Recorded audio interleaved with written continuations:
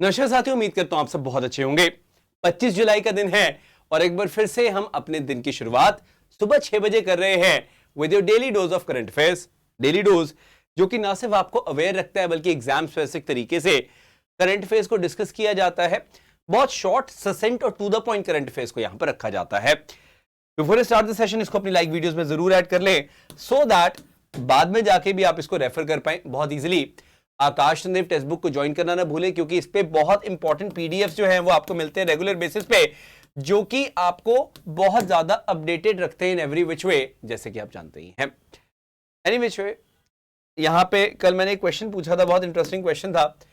एक कोच थे और उनका मैंने नाम पूछा था। एक बहुत लेजेंडरी कोच है इंडियन बैडमिंटन को, बहुत मतलब सौभाग्य है उसका जो ऐसे कोच मिले। That is Pullela Gopichand end of course he is a former badminton player. तो मीनल ने आंसर दिया है, युवराज है, प्रसेनजीत है, बसंत, सौरभ, रेयान, निशा, जूही, शशांक, पवन, अनीता एंड दामिनी है। उसके बाद वी गॉट इताची ऑफ, Harsh, Srishti Verma, Gora, Prince, Uday and Priyanka. तो आप सबने इसका सही जवाब दिया। आई एम ग्लैड कि आप सबको ये बात पता थी। दैट्स रियली ग्रेट कि आपको कोच के बारे में जैसे पता है यहाँ पे, बिकॉज कोच के बारे में नॉर्मली मैं देखता हूँ स्टूडेंट्स को नहीं पता होता, जो कि पता होना चाहिए, है ना। गुरु जो है वो तो भी बहुत इंपॉर्टेंट है हर फील्ड में, है ना। चलिए, anyways on this very note हम स्टार्ट करते हैं। सेशन को शेयर आपने आई होप कर दिया होगा। सबसे पहले मैं स्टार्ट करना चाहूंगा, एक बहुत पॉजिटिव न्यूज है, इससे मैं शुरुआत करना चाहूंगा। इसरो तो देखो झंडे गाड़ता रहता है, इसरो हमेशा हमें प्राउड फील करवाता है, आप भी जानते हैं। अब चंद्रयान जो है वो तो मून पे लैंड कर ही जाएगा, लेकिन हम यहां पे बात करने वाले हैं PSLV C56 की, जो कि 30 जुलाई को उड़ान भरेगा। अभी क्यों इंपॉर्टेंट है, 5 दिन बाद उड़ान भरेगा, लेकिन इस उड़ान ये जो लॉन्च होने वाला है इसके बारे में कुछ चीज बताना चाहूंगा। यहाँ पे ये कैरी करेगा सिंगापुर की DSSAR और 6 अदर सैटेलाइट्स भी कैरी करेगा। तो ऑफ कोर्स ये पहली बार नहीं कि हम लोग फॉरेन सैटेलाइट उड़ा रहे हैं, हम लोग बहुत बार ये करते हैं। और एक चीज मैं इस पीस को तो मैं कवर करूंगा, मैं आपको एक चीज बताना चाहूंगा, इसको गौर से सुनिएगा, नोट करिएगा कि जब भी इसरो कोई लॉन्च करता है और आप इसको दुनिया की कोई भी, चाहे स्पेसएक्स है, चाहे आप यूरोपियन स्पेस एजेंसी या फिर नासा से कंपेयर करेंगे या ब्लू ओरिजिन से कंपेयर करेंगे, तो पर लॉन्च कॉस्ट हमारी काफ़ी कम है, बहुत मिनिमल है, क्वालिटी वही हम दे रहे हैं। तो बहुत सारी कंट्रीज अट्रैक्ट होती हैं अक्रॉस द ग्लोब, चाहे वो ब्राज़ील है, यूके है, यूरोपियन कंट्रीज हैं, इवन ये एशियन कंट्रीज हैं, वो हमसे लॉन्च करवाना चाहती हैं अपनी सैटेलाइट। ये बहुत खास बात है। तो इसरो ने उस फील्ड में अपना एक नाम बना लिया है, यही रीजन है कि आप ऐसे न्यूज यहाँ पे पढ़ते हैं। एनीवेज, तो DSR सैटेलाइट जो है, बाकी सैटेलाइट जो है वो लॉन्च की जाएंगी सुबह 6 बजे, 6:30 बजे 30 जुलाई को सतीश धवन स्पेस सेंटर से, श्रीहरिकोटा से। अब इसके बारे में कुछ चीजें मैं आपको बता दूं, जैसे DSTA है जो कि ऑफकोर्स गवर्नमेंट ऑफ सिंगापुर को रिप्रेजेंट कर रही है, defence science and technology agency, और ST इंजीनियरिंग भी इसमें इन्वॉल्व है। तो आप बस एक चीज याद रखिएगा कि यहाँ पे बहुत इंपॉर्टेंट क्यों है, क्योंकि जियो स्पेशल सर्विसेज जो है वो ये प्रोवाइड करेगी, वो ऑफ कोर्स इसका फायदा लेंगे, लाभ लेंगे। इसरो को यही लाभ है कि जब भी सैटेलाइट लॉन्च होती है तो हमें कुछ यहाँ पे फॉरेक्स मिल जाती है, जो कि ऑफ कोर्स बहुत इंपॉर्टेंट है।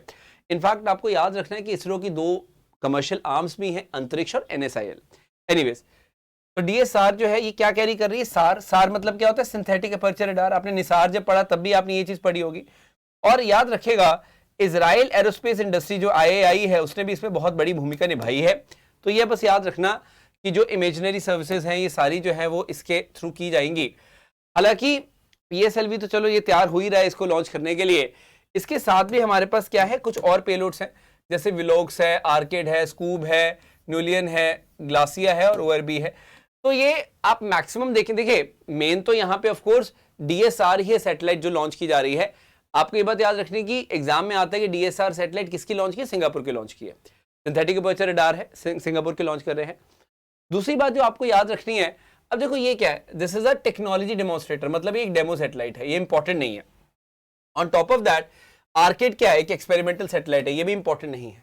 कूप क्या है, एक टेक्नोलॉजी डेमोन्स्ट्रेटर, मतलब ये डेमो सैटेलाइट्स होती हैं एक तरह से, आप ये बात याद रखेगा, वेरी इंपॉर्टेंट दिस इज।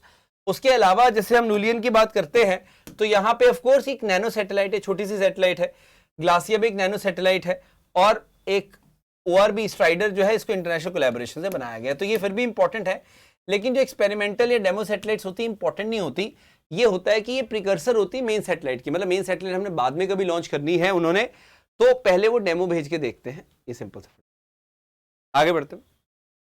अभी न्यू डेवलपमेंट बैंक जो है वो बहुत ज्यादा न्यूज में है, ये मैं आपको बताना चाहूंगा। तो न्यू डेवलपमेंट बैंक के अंदर ऑफ कोर्स चाइना है, इंडिया है, रशिया है, साउथ अफ्रीका है और ब्राजील है। ये तो ब्रिक्स कंट्रीज हैं, लेकिन इनके अलावा आपको मैंने हमेशा बताया है we have got Bangladesh, we have got Egypt, we have got UAE and we have got Uruguay as well. अब इसी मुहिम में हमने अल्जीरियन प्रेसिडेंट जो हैं मिस्टर टिबोइन, इन्होंने अनाउंस किया कि Algeria has formally submitted application to join the BRICS group of nation. तो अब आपको एक बहुत जो इंपॉर्टेंट चीज यहां पर याद रखनी है वो ये है कि हम लोग जब भी यहाँ पे बात कर रहे हैं, यहाँ पे सिर्फ ब्रिक्स बैंक की बात नहीं हो रही है। देखिए ब्रिक्स बैंक को ज्वाइन करना फिर भी बहुत आसान है, लेकिन यहाँ पर अल्जीरिया जो है वो ज्वाइन क्या करना चाह रहा है, ये ज्वाइन करना चाह रहा है ब्रिक्स। ये बहुत इंपॉर्टेंट चीज है ऑफ कोर्स, और इन्होंने बोला है कि हम लोग 1.5 बिलियन डॉलर ब्रिक्स बैंक को भी दे देंगे। तो ये इंपॉर्टेंट है।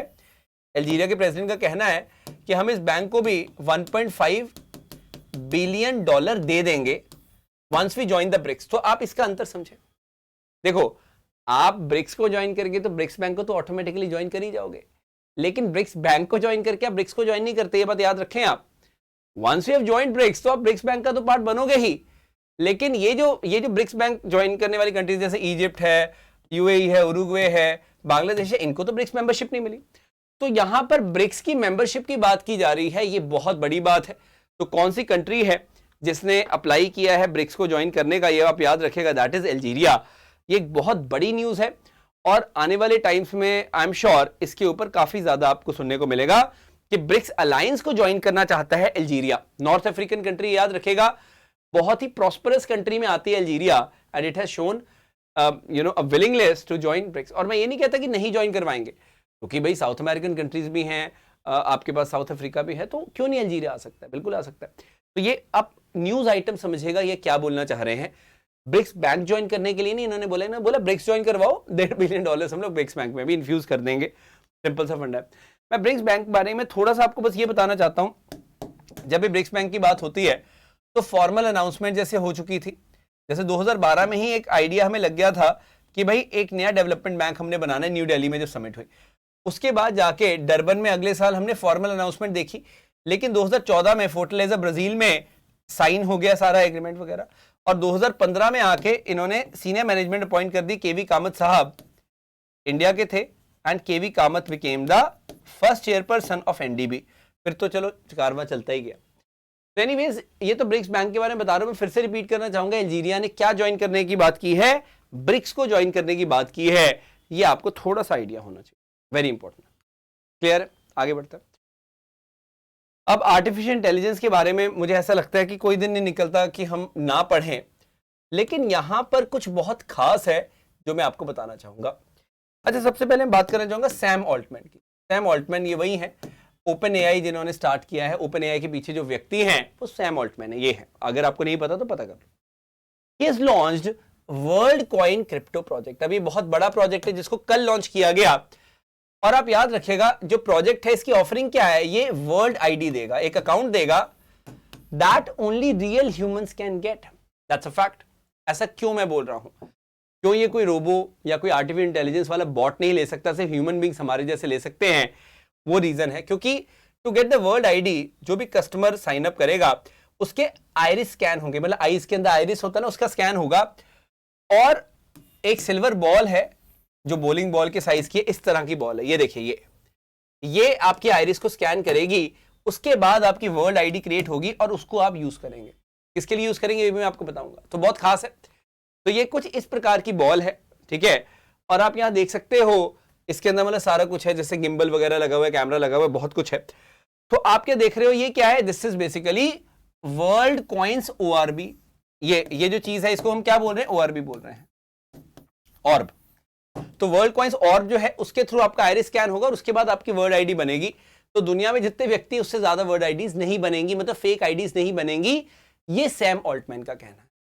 ना why is this so much important. Sam Altman की अपनी भाषा में पहले तो मैं आपको बताना चाहूंगा, जो इन्होंने ट्वीट किया, इन्होंने क्या बताया, इन्होंने साफ साफ एक बात बोली है, कहते गोल मेरा बहुत सिंपल है, टू मतलब goal is simple, a global financial and identity network based on proof of person.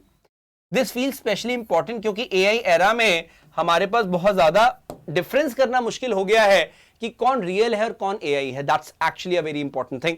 अब इसके और भी आपको आयाम देखने को मिलेंगे, पर फॉर द टाइमिंग आप ये बात याद रखो कि वर्ल्ड कॉइन बहुत इंपॉर्टेंट प्रोजेक्ट है सैम ऑल्टमैन का।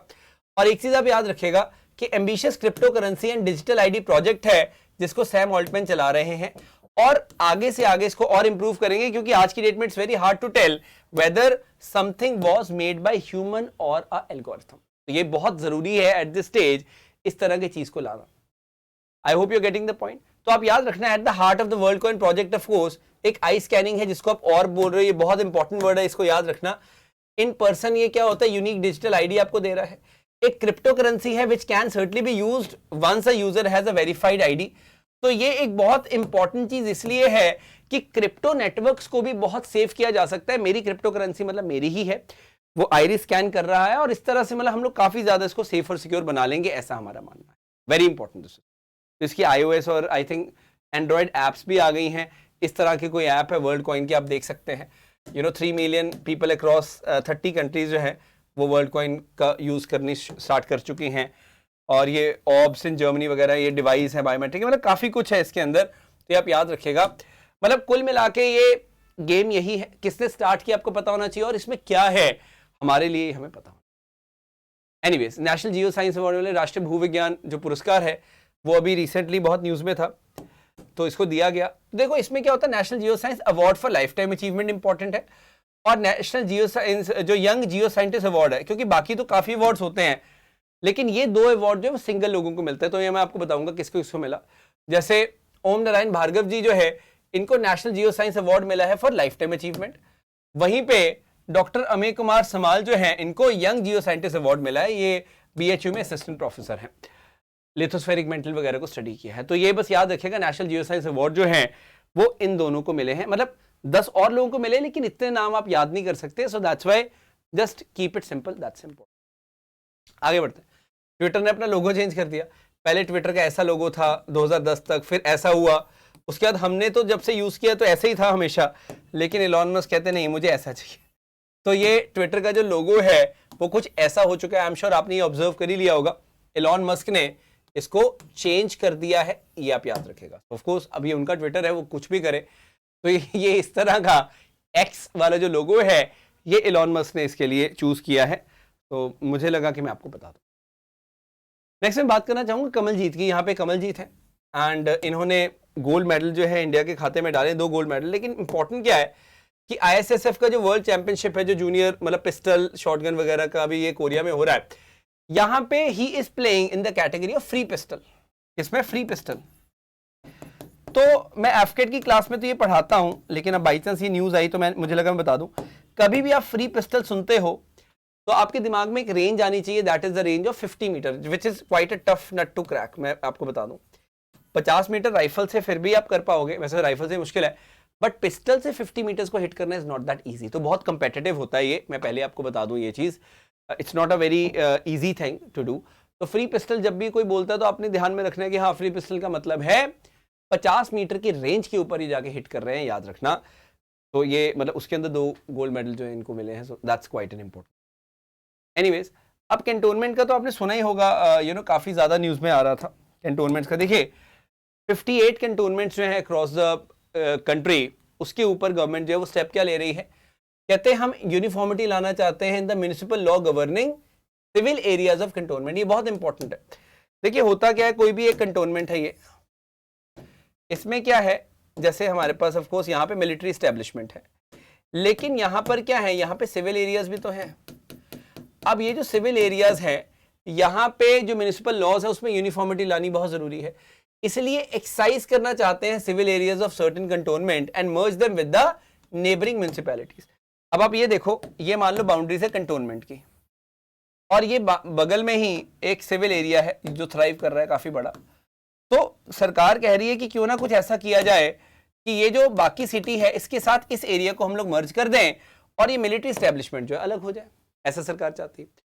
तो आप याद रखिएगा, ये जो एक्सीजन का प्रोसेस है of civil areas in 58 cantonments, इसके बारे में सरकार काफी प्रॉपर तरीके से प्लानिंग कर रही है और स्टेट्स के साथ डिस्कस भी इसको किया जा रहा है कि कैसे किया जाए।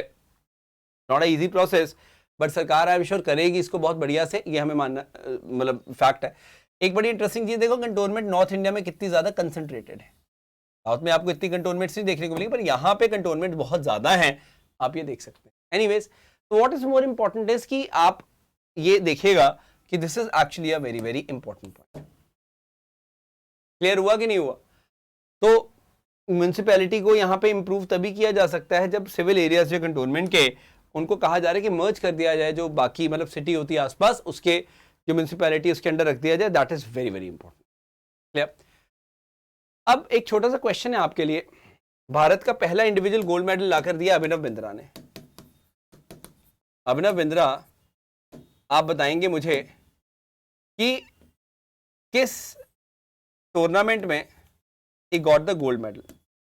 You getting the question or not? इनको गोल्ड मेडल किस टूर्नामेंट में मिला? बीजिंग ओलंपिक में मिला था, बिल्कुल मिला था। ये राइफल शूट करते थे या ये पिस्टल शूट करते थे? किस रेंज में थे ये? 10, 20, 50, 100 किस रेंज में थे? तो ये टूर्नामेंट आप बताएंगे, एग्जैक्ट बताएंगे इनके गोल्ड मेडल जो इन्होंने जीता है उसके बारे में। बहुत इंपॉर्टेंट है, भारत का पहला इंडिविजुअल गोल्ड मेडल था, तो ये कोई मजाक नहीं है। 2008 में जीते थे गोल्ड मेडल। उसके बारे में आप बताएंगे कमेंट करके क्या एग्जैक्ट टूर्नामेंट था। He is a legend and you should know about that. Clear? I hope आज भी करंट अफेयर आपको अच्छा लगा। मेक श्योर आप इसको शेयर जरूर करें, मेरे टेलीग्राम चैनल को ज्वाइन जरूर कर लें अगर नहीं किया है तो। और आज बाई चांस मैं 12 बजे लाइव नहीं आऊँगा, लेकिन आज शाम को शरद सर की मैराथन है 7 बजे, उसको जरूर अटेंड करिएगा। मेरी थर्सडे और फ्राइडे को मैराथन है ज्योग्राफी इकोनॉमी की, उसके लिए अब तैयार रहे सब लोग। आई एम श्योर आपको एक बहुत बढ़िया एक्सपीरियंस मैं वहाँ पे प्रोवाइड कर सकता हूँ। That's what I feel. So that's it for now. Maximum इसको शेयर और लाइक जरूर कर देना and all the very best. Have a great day. जय हिंद, जय भारत।